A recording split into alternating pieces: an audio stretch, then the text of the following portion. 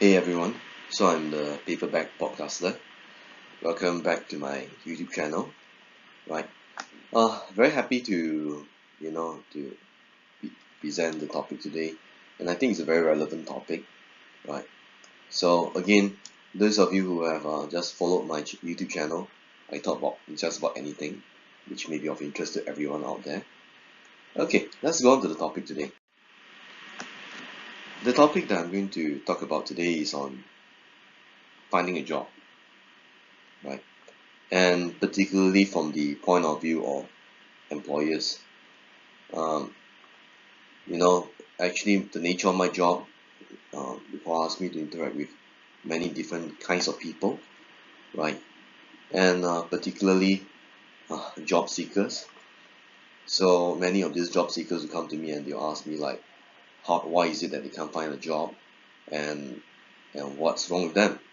So yeah, and it can be quite difficult to explain like why is it that uh, this process of job search can be so difficult, especially in this year 2017.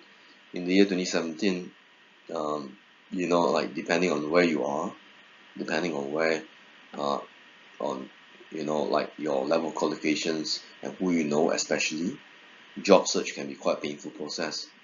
So today my topic is on hiring, right, and how do employers hire, right?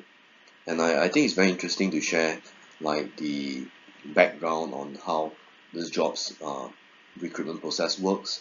So it might be useful for all of you out there to understand, right?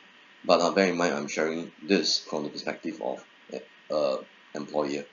Okay, let's begin. So in my former company, I was the head of finance and administration. So I happen to have the added role of a hiring manager. So I was not only serving as the head of finance, but I also was taking care of recruitment and hiring because I have to review the potential candidate salary expectation, right? After all, this will affect the finance budget eventually. So I have this very important role to play in this hiring process.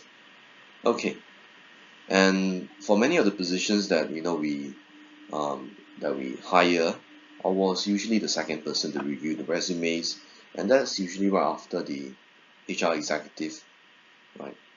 So there was once upon a time I even told the HR executive to stack the resumes because it was too many to even go through, and then I'll tell him to pick a few of the resumes from the top of the stack, and I told him that I just want to look at those on top.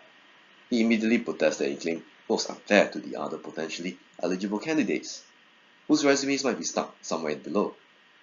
Then I told him, well, I do not need to work with unlucky people. Wait, you know what? Is that true? Um, Unfortunately, to some extent, that is true. Okay, you may feel that that's very unfair to you, if you are trying to find a job and someone did that to you or did that to your resume. Let me explain to you a bit more. Well, you know what? It's a tough job to offer job opportunities, right?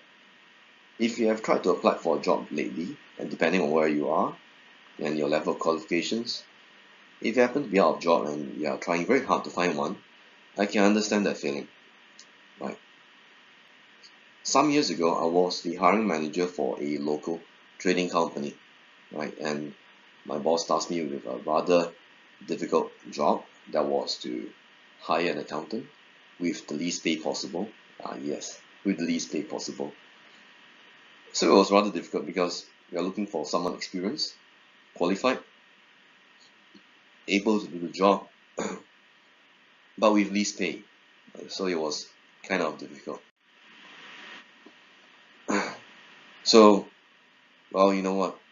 The next thing we had to do was to put up the ads on the major job portals, right? And then uh, probably even make use of some headhunters. That was our usual way of trying to um, draw the interest of potential applicants, right? Especially from job portals. That's where we get most of the applications, right?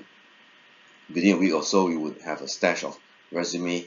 In fact, that's quite an understatement of the quantity that got to us. we actually had a lot of submissions, right? Some came from people who are extremely qualified, um, right? And on the other extreme, we have some that were not qualified at all, right? So both my colleague and I had a very tough job of having to go through all of the resumes and identifying those who are most suitable for an interview. So, and then we try to go through some of the earlier received resumes, and then following that, some of those that were recommended by headhunters, right?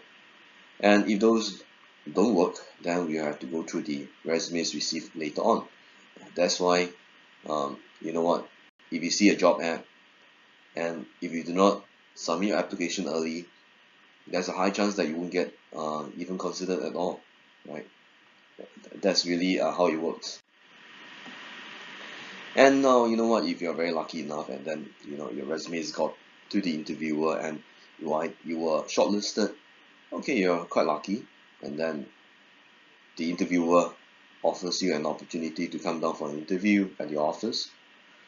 Good, okay. However, the interview is probably one of the um, most challenging process. Why? Because the thing is that within that short span of 30 minutes to 1 hour, as an employer, as a representative of the company, we have about 30 minutes to an hour to spare in order to assess how suitable the interviewee is, right? And it is definitely not very easy. Imagine trying to understand um, your prospective spouse as best as you can within 30 minutes to 1 hour, and then after that you have to get married with him or her, right? That's exactly the feeling that we had, you know.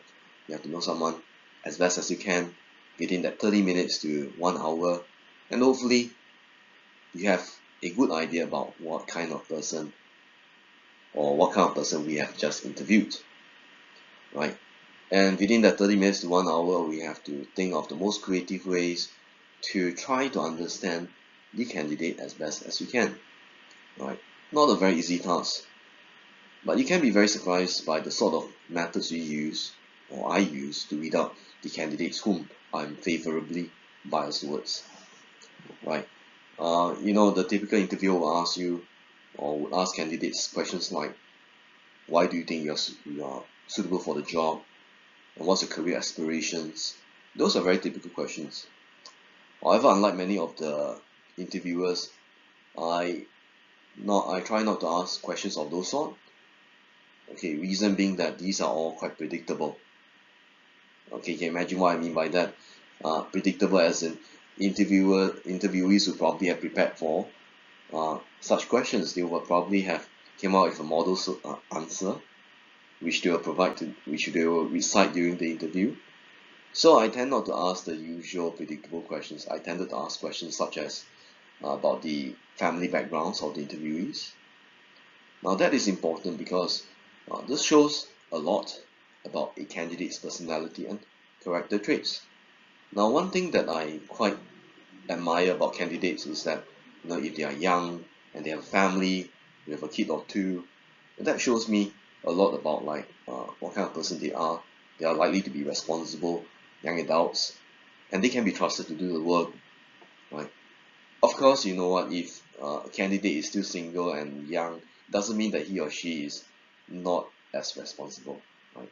Just that, you know, if someone is married young, then uh, we tend to believe that uh, young married people tend to be more responsible.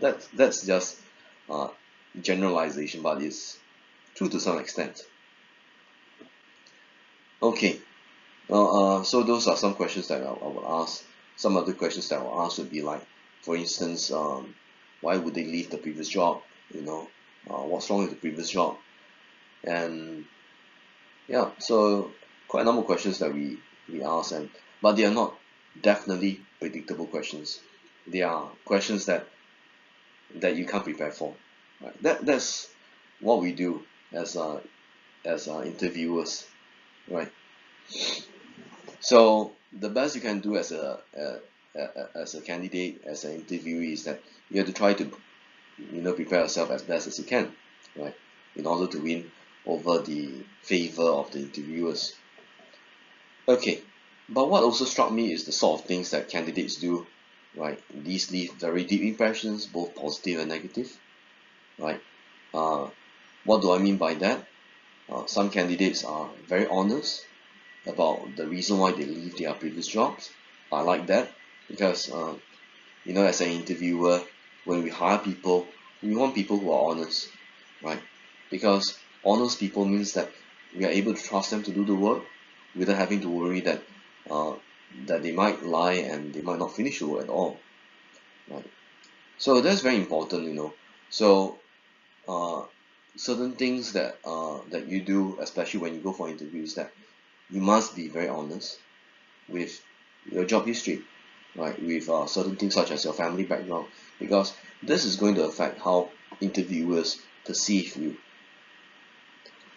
Now, not long ago, some years back, I happened to have, we happened to have a candidate that was supposed to come down for an interview, and it so happened that when he was on his way to attend the interview, he was caught in the rain, and he called my office explaining how bad the rain was, and the rain was indeed quite bad. So we waited for him, and by the time he arrived at our office, he was drenched. Right? If you are the interviewer, you can imagine it was not a good omen because hey, you're drenched, you don't look your best, right? So it was bad, yeah, totally bad. And if you're the interviewer, you probably would have thought that you're gone. You probably wouldn't have a chance at getting the job. Okay, but it was fine because he showed that he truly needed the job. He explained that he talked to us about his family background. He explained why he left his previous job. Okay, those were all fine. But after the interview, he did one more thing which struck us. He pleaded us, you know, at the end of the interview to give him a chance, which we relented, not on the spot. We relented subsequently because we thought that he had certain traits that we appreciated. One was honesty, the other was integrity, and one more was that uh, he was a father of two.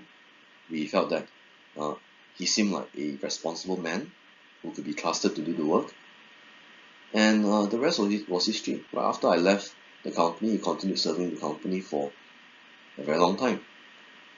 Right. So my point is that when you attend an interview, you have to be honest. You have to be as honest and upfront, about your points of view, so that the interviewers can have a good sense of whether you are suitable for the job or otherwise, right? There's no point in lying because if you're going to lie, high chances that, or the chances are that even if you do get the job, you probably will lose the job, you know, in time to come. So, right, and that's interview, right? And I speak from the point of view of an employer previously. So the lesson today, what I'd like to share with you today is that interviews are a terrible way to know someone. In that span of 30 minutes to 1 hour, imagine you are asked to know your prospective spouse in that 30 minutes to 1 hour, and thereafter you have to, decide if you want to marry him or her. It's exactly the same thing in an interview, right? Except that the marriage is not forever, and ever. But sometimes, during an interview, uh, you might get lucky, even if you have not been very good at presenting yourself, you might get lucky in some of the interviews and get the job, right? If you're finding difficulty in getting a job, it's not really because of your ability, right? It may not always be about your lack of ability. Sometimes it's just that luck, right? Just keep trying, right? There's no harm in trying hard, right? For all you know, you might just land a job, right? Because the job market is a very inefficient one where you might be good, but it just happens that there is no job out there, right? That fits your profile. Good candidates shine when they are honest about what they really are, right? And honesty is everything. In interviews, we look for people of the right values, especially honesty and integrity. You may not realize how much weight we as interviewers place on these values. Even Warren Buffett made a statement on the importance of integrity, right? A lack of integrity is a serious problem, and as employers, myself, previously I represented my company, integrity was on top of my shopping list, right? Anyone who did not display integrity, right, to any extent, was immediately written off our shortlist. So I wish you all good luck if you are trying to find a job and you find it very difficult to uh, land yourself a job. Just remember, it's not because you are bad or that you have no ability. It's just luck sometimes, right? Keep trying, you might get somewhere. Thank you for listening, and I'm the Paperback Podcaster. Thank you for listening. Have a great day.